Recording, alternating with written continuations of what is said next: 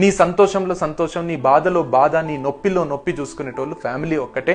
వాళ్ళని ఏ యాంగిల్లో బాధ పెట్టకు, వాళ్ళతో మాట్లాడకుండా నెలలు ఉండకు. అలిగితే అలుగు, ఒక 10 నిమిషాలు 20 నిమిషాలు అర్ధగంట గంట తర్వాత పోయి నువ్వే సారీ చెప్పి నువ్వే మాట్లాడు, తప్పేం లేదు. సొసైటీ ముందంతా నీ రుబాబు చూపియు, కానీ నీ ఫ్యామిలీ ముందు నీ రుబాబు చూపియకు. వాళ్ళ ముందు తగ్గు, ఏ మాత్రం తప్పు లేదు. మీ అమ్మ తప్పైనా నువ్వే సారీ చెప్పు, మీ నాన్న తప్పైనా నువ్వే సారీ చెప్పు.